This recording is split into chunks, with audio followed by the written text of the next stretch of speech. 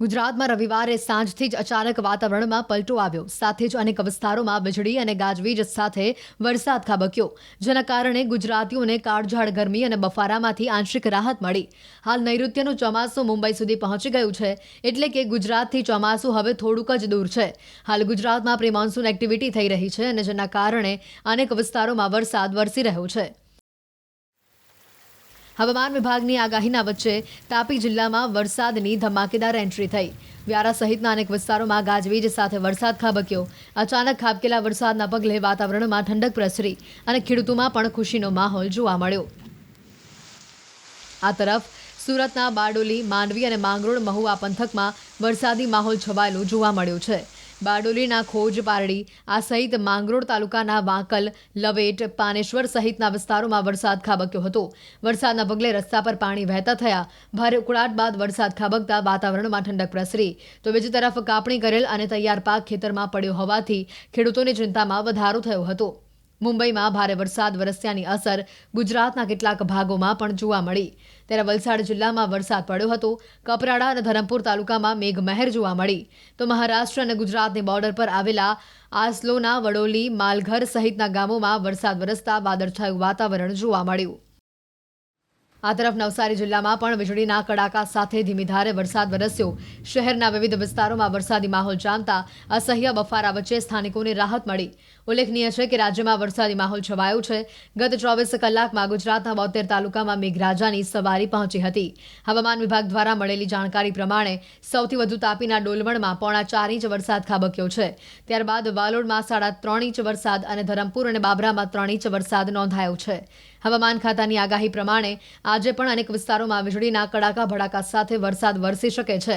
આજે અમદાવાદ, બોટાદ, વડોદરા, છોટાઉદેપુર, નર્મદા, ભરૂચ, સુરત તથા ડાંગ, તાપી, નવસારી, દમણમાં, વલસાડ, દાદરાનગર હવેલી, ઉત્તર ગુજરાતના અનેક ભાગોમાં, સૌરાષ્ટ્રના વિવિધ પંથકોમાં વરસાદ ખાબકી શકે છે. જાણીતા હવામાન નિષ્ણાત અંબાલાલ પટેલે મહત્વની આગાહી કરી છે. ચોમાસું ક્યાંક આસપાસ છે, પરંતુ આ વખતનું ચોમાસું કેવું રહેશે, ખાસ કરીને ગુજરાત અને ઓવરઓલ ભારતની વાત કરીએ તો મારી સાથે આ વિષય પર વાતચીત કરવા માટે અંબાલાલ દાદા છે, તેમની સાથે વાત કરીશું. અંબાલાલ દાદા, આ વખતનો વરસાદ કેવો રહેશે મને કહેશો? આ વખતે ચોમાસામાં વરસાદ સારો રહેશે, પરંતુ શરૂઆતનું જે ચોમાસું આપણે ગણતરી મૂકતા હતા કે 12 થી 15માં ગુજરાતમાં સારું ચોમાસું આવી શકે છે, આ ચોમાસામાં બ્રેક આવી શકવાની શક્યતા રહે છે. કારણ કે ચોમાસું તો ભિન્ન ભિન્ન ભાગોમાં આવશે. દક્ષિણ ગુજરાતના ભાગો, દક્ષિણ સૌરાષ્ટ્રના ભાગો, સૌરાષ્ટ્રના અન્ય ભાગો, ઉત્તર ગુજરાતના ભાગો, પંચમહાલના ભાગો, મધ્ય ગુજરાતના ભાગોમાં વરસાદ થશે. પણ આ વરસાદ જે છે એ કોઈ ઠેકાણે છાંટા છૂટી, કોઈ ઠેકાણે હળવો, તો કોઈ ઠેકાણે મધ્યમ વરસાદ થશે. અને પવનની ગતિ સાથે કોઈ ઠેકાણે 1 ઇંચ, 2 ઇંચ કે તેથી વધુ પણ વરસાદ થઈ શકે.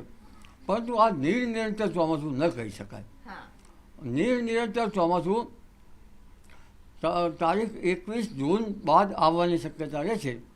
અને આ ચોમાસું જે છે એ લગભગ પૂર્વીય ભારતમાંથી, બંગાળ ઉપસાગરમાંથી એક સિસ્ટમ ડેવલપ થશે, ડીપ ડિપ્રેશન, જેના કારણે અરબ સાગરમાં લો પ્રેશર બનશે.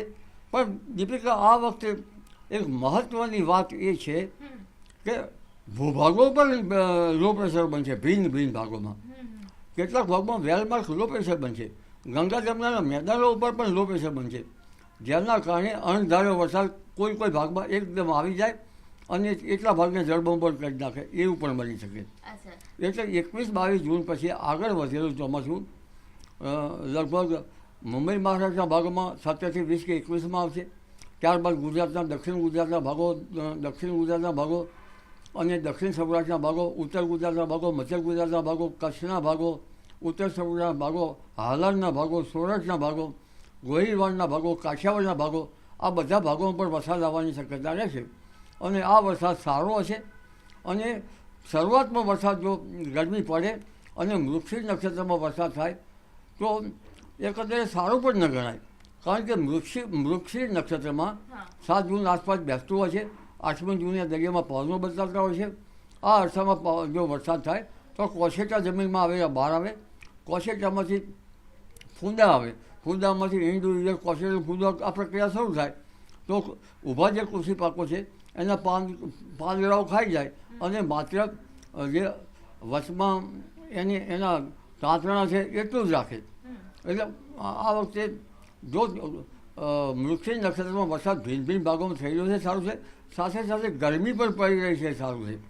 ગરમી અકળાવનારી તો રહે છે, પરંતુ કૃષિ માટે સારી રહે છે. કારણ કે જે જીવાત પડવાની હોય, રોગ જીવાત, એ આ ગરમીથી એની અસર ઓછી થઈ શકે. ઉત્તર ભારતમાં તો કાળમી ગરમી છે. અને 21-22 જૂન પછી જે નિરનિરંતર ચોમાસું આવશે તેમાં ગરમી ઘટશે. કારણ કે અત્યારે સૂર્યની ક્રાંતિ 23મી જૂન સુધી ભારે પડતી હોય છે, અને સૂર્યની ક્રાંતિ ભારે હોવાના કારણે ગરમી પડતી હોય છે, અને આ ગરમી જરૂરી પણ છે. એટલે હવે ચોમાસું જે છે એ રીમઝીમ કરતું તારીખ 17થી 20માં મુંબઈ મહારાષ્ટ્રના ભાગોમાં, તારીખ 21-22માંથી ગુજરાતના ભાગોમાં આવશે, અને આ ચોમાસું નિરંતર સારું હશે. પરંતુ ત્યાર પછી જુલાઈ ઓગસ્ટમાં પણ સારું ચોમાસું આવશે, અને લા નિનોની અસર ધીરે ધીરે થવાની શક્યતા છે. એટલે સપ્ટેમ્બર માસમાં લા નિનોની અસર થાય એટલે પૂર્વ પેસિફિક મહાસાગરમાં જળવાયુ ઠંડુ રહે, જેનું ગણતરી છે એ પ્રમાણે. અને જેના કારણે ઉત્તર ઓસ્ટ્રેલિયામાંથી ત્યાંના પવનો આવે, અને ટ્રેડ પવનો, વેપાર વાયુ, અને ઉત્તર ઓસ્ટ્રેલિયામાંથી શ્રીલંકાના ભાગમાં થઈ, ભૂભાગમાં થઈ, બંગાળ ઉપસાગરમાં થઈ ભારતમાં આવે. આ સ્થિતિ સારી રહે એટલે પાછોતર વરસાદ પણ સારો થવાની શક્યતા છે. ઓક્ટોબર માસ સુધી વરસાદ સારો રહે છે. પણ શરૂઆતમાં ચોમાસું ઘણી વખત આવું રહે છે. અને આ ચોમાસામાં જે આદ્રા નક્ષત્રમાં વરસાદ આવે તો ઉગાવો સારો થાય. અને અત્યારે જો ભિન્ન ભિન્ન ભાગોમાં વરસાદ થાય અને વચ્ચે વચ્ચે ગરમી પડતી રહે તો કોશેટા વગેરેનો નાશ થાય, અને એ સારું પણ ગણી શકાય. એટલે હવે ચોમાસું જે છે એ આદ્રા નક્ષત્રમાં 21 જૂન પછી સારું આવવાની શક્યતા છે, અને આ ચોમાસું નિરંતર હશે. જે દીપિકા દાદા, ખાસ કૃષિ પાકોની વાત કરીએ તો તમે જેમ કહ્યું એમ કે કૃષિ પાકમાં કીડા પડવાની શક્યતા છે, તો ખેડૂતોએ કેટલું સાવચેત રહેવું જોઈએ, અને આ ચોમાસું છે ખેડૂતો માટે કેટલું કારગર સાબિત થશે? કીડાને ઈયળો અત્યારે કોશેટા હોય, કોશેટામાંથી પછી ફૂદું બને, ફૂદામાંથી ઈંડા મૂકે, ઈંડામાંથી ઈયળ થાય. આ પ્રક્રિયાને થોડી વાર લાગે. જો ગુજરાત હેલિકોપ્ટર પર કેરીપીટર એટલે કે કાતરા નામની જીવાત પડતી હોય તો લગભગ 27 દિવસ સુધી વરસાદ આવતો નથી.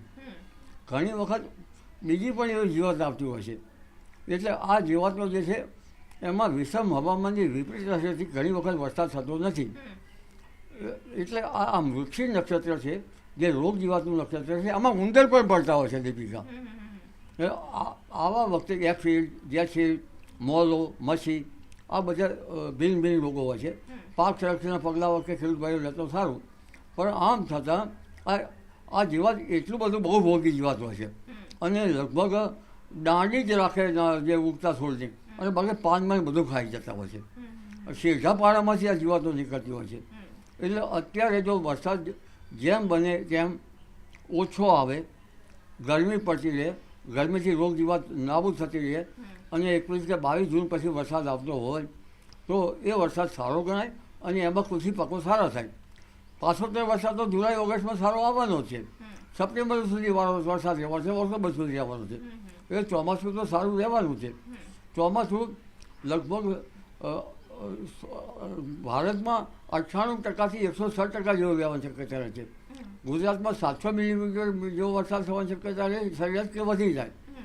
અને ભારતમાં 900 mm કે તેથી વધુ વરસાદ થઈ શકે છે. દાદા, તમે કીધું કે પાછોતરો વરસાદ છે તે સારું રહેશે, તો જુલાઈ, ઓગસ્ટ, સપ્ટેમ્બર, ઓક્ટોબર એટલે દિવાળી, નવરાત્રિનો સમય પણ વરસાદ ત્યારે પણ રહેવાની શક્યતા ખરી?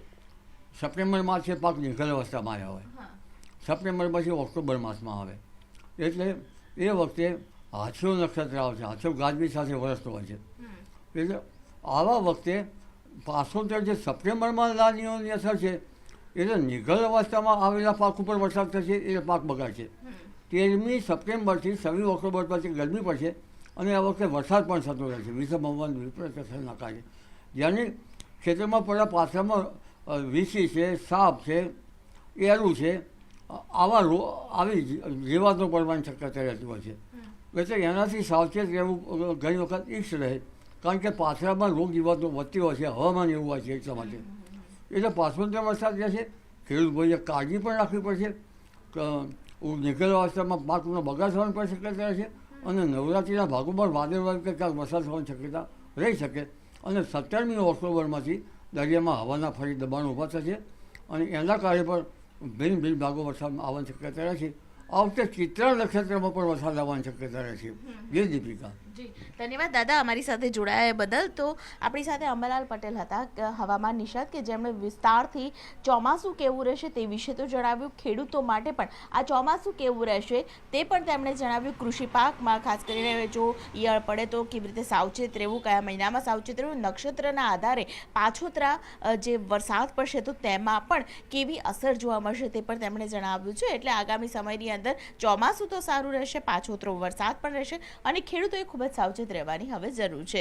કેમેરા પર્સન પંકજ મકવાણા સાથે દીપિકા ખુમાણ, ન્યૂઝ 18 ગુજરાતી, ગાંધીનગર.